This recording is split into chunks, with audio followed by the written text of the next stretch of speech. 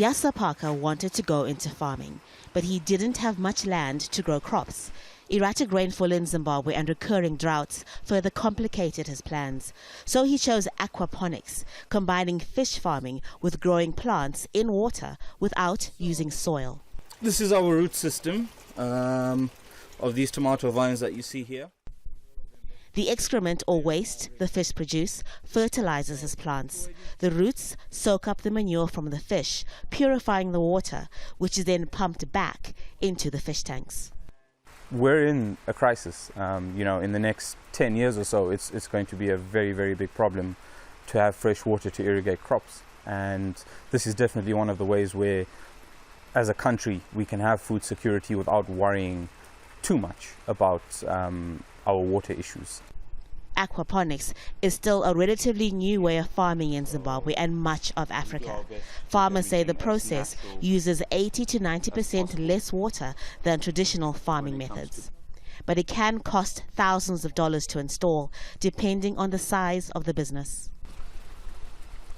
Young people account for a large part of the African population. Some of them may find these new ways of farming attractive, but many here say governments and policymakers need to provide proper facilities, education and financial support for such projects to thrive. Zimbabwe's government expects its harvest of maize grain to fall by nearly half this year because of poor rainfall in the recent growing season. Private millers in Zimbabwe are now importing more grain to increase their supplies. Some of the countries are now importing to cover, to increase their strategic grain reserves. As a result, prices of maize and wheat have gone up. I'll give an example. 31 December of 2021, a ton of wheat was landing in Zimbabwe at $480. Today, it's landing at $687. The COVID-19 pandemic and the war in Ukraine is yet another reminder countries need to be more self-sufficient.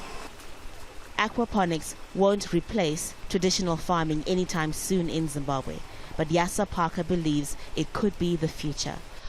One way to help Africa wean itself off imports by increasing local food production. Haru, Mutasa, Jazeera, Marondera, Zimbabwe.